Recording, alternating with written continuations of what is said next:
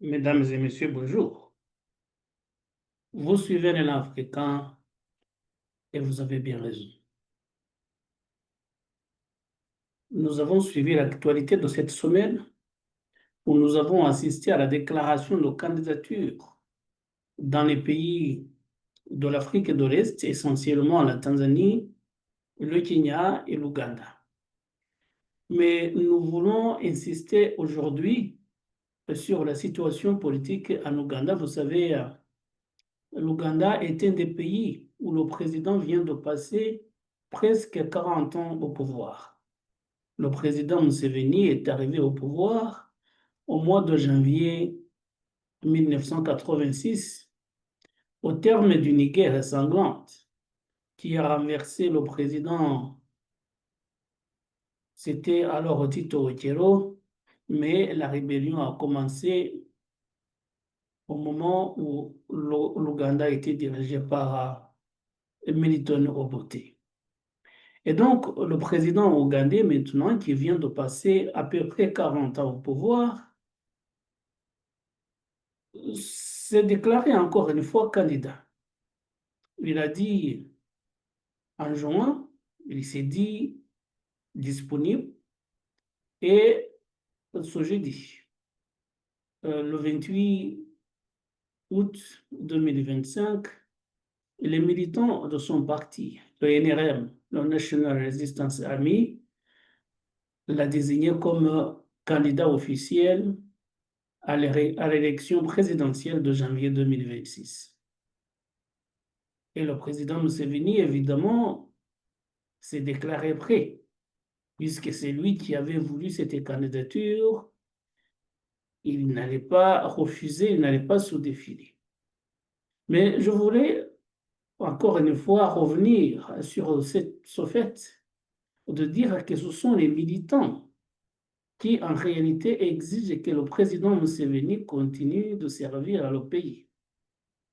Vous avez vu depuis un certain moment déjà, nous allons prendre un exemple d'une région où il est dit clairement que ce sont les habitants de cette région, les militants du parti, qui ont demandé au président Museveni avec insistance d'encore une fois se présenter à l'élection présidentielle. In the corridors of the National Resistance Movement NRM, the Secretary General Richard Odong says his office is overwhelmed with petitions from the party members across the country, saying no one should dare touch the position of their party leader, Yoweri Museveni. People of Uganda have been voting for him overwhelmingly to stay in power. Now, there is a difference. If he was staying in power for all this time outside democratic processes, then that would concern other people. But the will of the people cannot be overridden by anything else. The people have been giving him the mandate to continue staying. I have just returned from Karamoja. The population of Karamoja unanimously, from all the 9 districts of Karamoja, moved and passed a resolution that they are asking President Yoweri Kaguta Museveni to offer himself again in 2026 general election. Et donc, après la désignation du candidat Museveni, c'était jeudi dernier comme candidat à l'élection présidentielle, candidat du parti NRM, on a vu le président prendre la parole. Et il a dit qu'il est d'accord, qu'il accepte la mission, qu'il veut encore une fois continuer ce qu'il a fait. Et j'ai retenu que ce qu'il veut aujourd'hui, c'est lutter contre la corruption. Et je me suis posé quand même une toute petite question. C'est maintenant, M. Museveni, que vous allez lutter contre la corruption dans votre pays, 40 ans après votre arrivée au pouvoir. C'est quand même étonnant, non? Dire que vous allez lutter contre la corruption 40 ans après votre arrivée au pouvoir. Ça veut dire quoi? Ça veut dire que lorsque vous étiez au pouvoir pendant ces 40 années, vous n'aviez pas vu que votre pays est corrompu. Qui est responsable de cette corruption, M. Museveni? c'est quand même vous, le premier responsable. Et maintenant, donc, il veut mettre l'accent sur la lutte contre la corruption, comme si avant, cela ne le concernait pas. C'est quand même concernant, non? I want us really to wipe out corruption.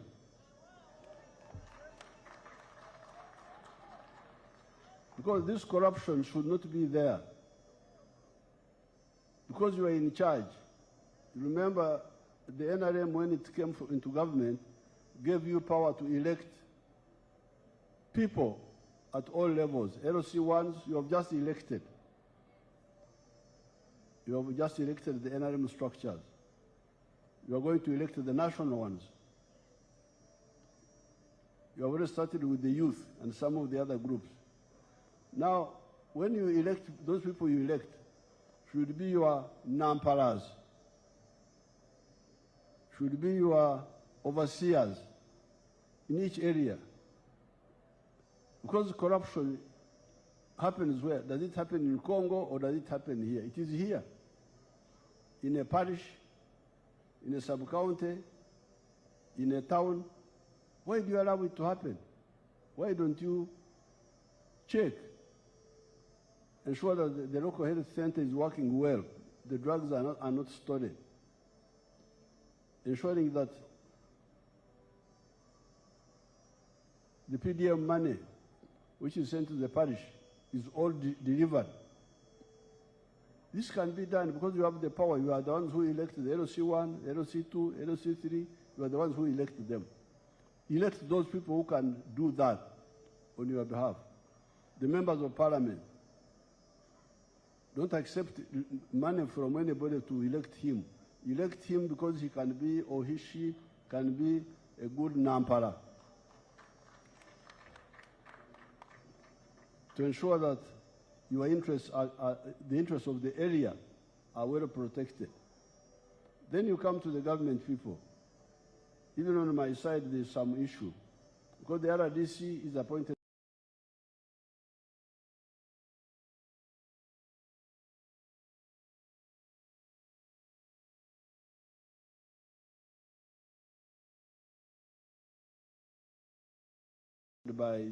by me.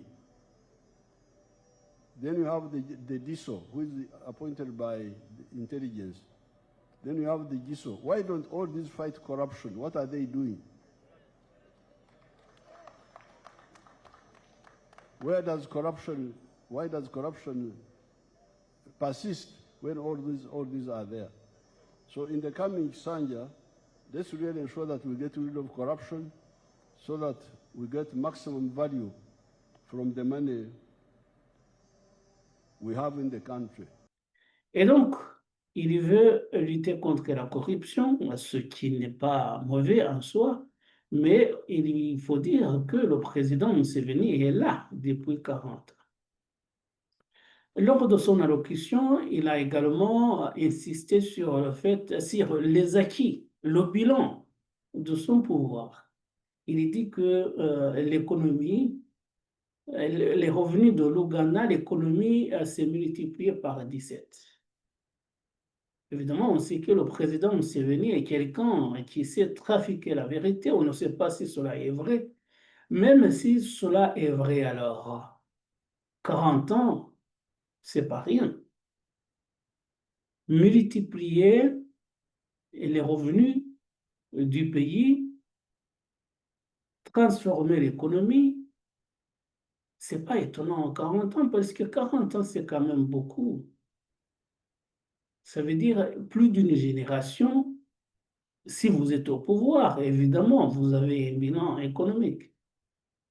Ce qu'on ne saura pas, c'est si le président Museveni avait cédé le pouvoir après 10 ans, disons, ça veut dire en 1996, puisqu'il gouverne depuis 1986, si 10 ans après, comme ça se fait ailleurs, il avait cédé le pouvoir à quelqu'un d'autre, on ne saura jamais si ce quelqu'un d'autre ou ces autres dirigeants, puisque justement, à 36 ans, pendant 30 ans, normalement, il y a plusieurs dirigeants qui se succèdent.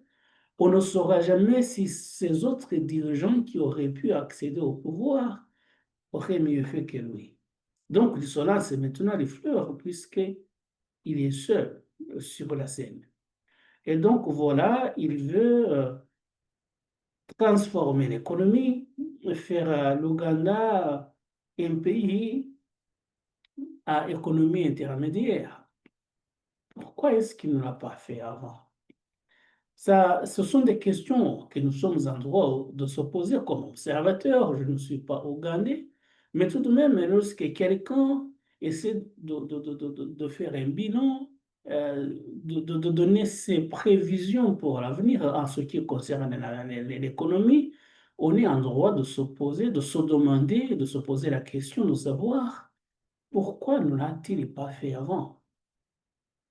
Ça, c'est des questions qu'on est en droit de se poser. Et puis, on voudrait encore une fois revenir sur l'aspect politique. Le président Museveni est presque seul en lice. Il se présente à l'élection présidentielle au moment où l'un des principaux opposants à son pouvoir, à savoir Kizza Besigye, qui se trouve d'ailleurs être son ancien médecin, est en prison. Il croupit dans les geôles du pouvoir du président Museveni. Il a été enlevé l'année dernière au Kenya et il est accusé de vouloir de détenir illégalement des armes. Il aurait voulu attaquer l'Ouganda à partir du Kenya. Et il est là, il est détenu et il subit des pressions énormes, bien sûr. On dit qu'il est torturé, mais pour l'instant, bien sûr, il est en prison, il n'a pas encore été condamné. Ce qu'on a retenu tout simplement, c'est que il est, il est poursuivi devant les tribunaux militaires, alors que selon la constitution de son pays, puisqu'il n'était plus militaire, il a été militaire, mais au moment de son arrestation, il n'était plus sous les armes. Il ne faisait plus partie de l'armée ougandaise. Et donc, il aurait dû normalement être poursuivi par les tribunaux civils, à ce que le président Yoweri Museveni ne veut pas, puisqu'il contrôle mieux les juridictions militaires plutôt que les juridictions civiles. Et voilà donc, il est en lice, il va encore une fois se présenter à l'élection présidentielle au moment où l'un de ses principaux opposants a été arrêté et coupé en prison. L'autre opposant, qui a Robert Kyagulanyi, qui est un artiste normalement, mais qui se fait appeler Bobby Wine. Peut-être, comme lors de la dernière élection, il sera face au président Museveni. Mais on dit, l'opposant lui-même, Bobby Wine, dit clairement qu'en réalité, les élections sont trafiquées. Ça veut dire que tout l'appareil de l'État qui organise des élections roule en réalité pour le président Museveni. Ce qui veut dire que même s'il va y avoir des élections, le résultat est connu d'avance. Ça veut dire que le président Museveni va gouverner encore une fois pendant 5 ans.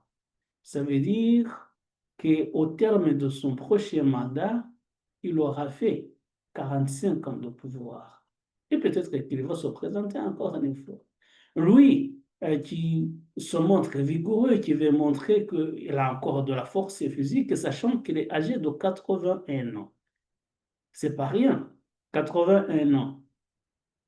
Et évidemment, on sait que au Cameroun, le président Paul Biya est âgé de plus de 90 ans. On sait également qu'il y a en Guinée équatoriale, euh, le président, le président vient de passer 46 ans au pouvoir. On le sait tout ça. Même si on le sait, on ne peut quand même pas s'empêcher s'interroger sur la longévité du pouvoir du président Museveni. Voilà, donc ça veut dire que c'est quelqu'un qui va tout simplement, qui a plus ou moins privatisé la chose publique. Il prend le pouvoir ougandais comme sa propriété privée. Il ne veut pas que quelqu'un d'autre s'en empare. Et il est là, malgré l'âge, malgré bien sûr les faiblesses liées à l'âge avancé, cela c'est normal, mais il est là, il continue, il veut montrer qu'il est encore apte physiquement. Et d'ailleurs, lorsqu'ils seront à ces meetings, il y va à pas de course, il fait des pompes pour montrer à la population que lui, il est fort physiquement et que donc il est apte à activement amener les fonctions qui lui sont confiées à bien. Voilà, et donc ça c'était l'Ouganda.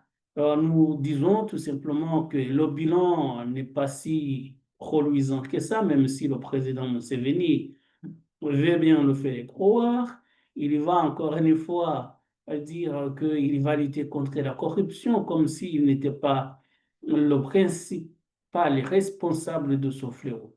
Mais on dit tout simplement que les présidents africains devraient apprendre à respecter la limite des mandats. C'est important. Le président Museveni, on nous dit clairement, devrait se reposer et laisser quelqu'un d'autre diriger le pays. Et d'ailleurs, c'est un peu marrant, son fils, Muhoozi Kainerugaba, qui est chef d'état-major de l'armée, avait voulu également présenter sa candidature. Il avait commencé sa campagne, il avait créé une plateforme, il avait des soutiens énormes, il avait des financiers. Et il avait commencé à rouler parce qu'il pensait que son père, le président Museveni, allait se reposer, allait prendre le repos, peut-être mérité, je ne sais pas, mais il pensait qu'il allait se reposer.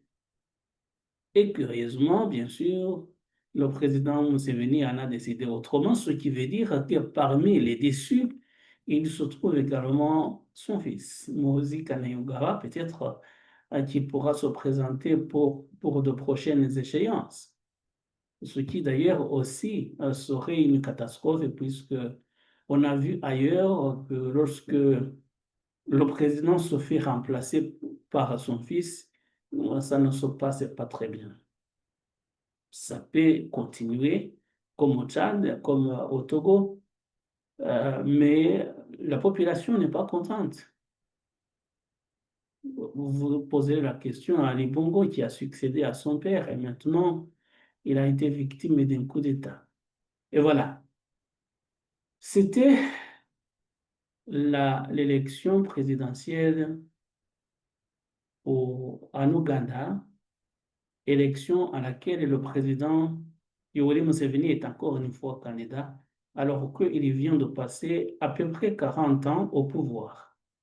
Mais on a vu également dans cette région la présidente tanzanienne Samia Suluhu va se présenter à l'élection présidentielle, à la prochaine élection présidentielle de son pays.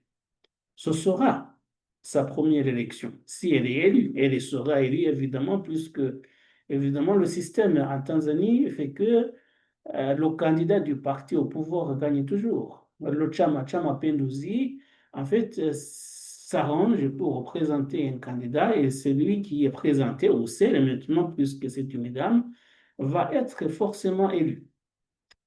Mais ce qu'on déplore également en Tanzanie, c'est que la présidente Samia Suluhu sera presque seule en lice pour cette élection présidentielle, puisque le système a fait en sorte que les principaux opposants soient écartés de l'élection présidentielle, à commencer par l'opposant Tundu Lissu, qui est maintenant en prison, un peu comme en Ouganda d'ailleurs. Il est en prison, il est emprisonné puisqu'il aurait voulu attenter aux troubles et à la sécurité publique. Et maintenant, il est en prison depuis un certain temps, depuis le mois d'avril. Ça va faire 6 mois, un peu plus de 6 mois, à peu près 6 mois qu'il est en prison. Et il est traduit devant les tribunaux. D'ailleurs, on le dit souvent, il est dit que ses droits en tant qu'accusé, en tant que prévenu ne sont pas respectés, mais il ne se présentera pas, bien sûr, puisqu'il est emprisonné, il ne se présentera pas à l'élection présidentielle. Et il n'est pas le seul.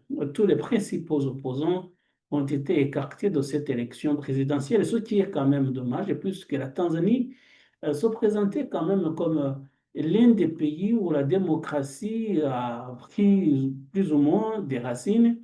Mais maintenant, si on commence à écarter des opposants, cela pose un certain nombre de questions. Voilà.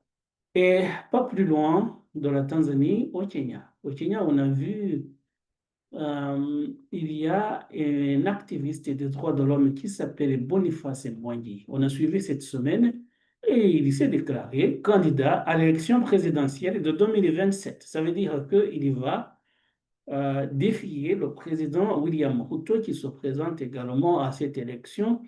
Et Boniface Mwangi a déclaré qu'il va changer un certain nombre de choses. On verra ce qui va arriver pour cette élection au Kenya. D'ailleurs, ce qui va arriver pour l'élection de la Tanzanie. On continuera de suivre, on essaiera de revenir encore une fois le moment venu. Mais pour l'instant, je dis que la politique dans cette région bouge. Voilà. Au Kenya, le président William Ruto est très contesté et Boniface Mwangi va surfer là-dessus pour voir s'il peut quand même grappiller quelques voix qui auraient dû revenir au président Ruto. Et Boniface Mwangi n'est pas le seul. Vous savez, l'ex-vice-président qui a été destitué, Rigathi Gachagua, est en train également de mener une campagne tapageuse contre Ruto. Est-ce qu'il va se présenter à l'élection présidentielle? C'est possible. Et Lotike Boniface Mwangi et Rigathi Gachagua pourraient faire beaucoup de mal à William Ruto. On verra ce qui va se passer. Il y aura certainement d'autres candidatures, mais on voulait tout simplement évoquer celle de Boniface Mwangi, puisque justement, il sort du lot. Et vous savez que Boniface Mwangi fait partie des activistes qui ont été maltraités en Tanzanie lorsqu'ils ont voulu dernièrement soutenir le procès, ils ont voulu assister. Ils allaient soutenir l'opposant Tindourissou justement devant la justice et ils se sont fait molester, ils ont été maltraités en Tanzanie, ce qui est quand même dommage. Boniface Mwangi, comme l'opposante Martha Karua et un autre activiste de l'Ouganda. Voilà. C'était tout simplement pour brosser ce tableau des élections à venir dans ces 3 pays de l'Afrique et de l'Est. On y reviendra pour chaque pays lorsque les échéances auront lieu. Mais pour l'instant, tout simplement, on voudrait dire, surtout en Ouganda, que le président Museveni devrait se reposer et laisser quelqu'un d'autre prendre les rênes du pays. Et voilà, mesdames et messieurs, merci de nous avoir prêté attention. À très bientôt pour d'autres sujets.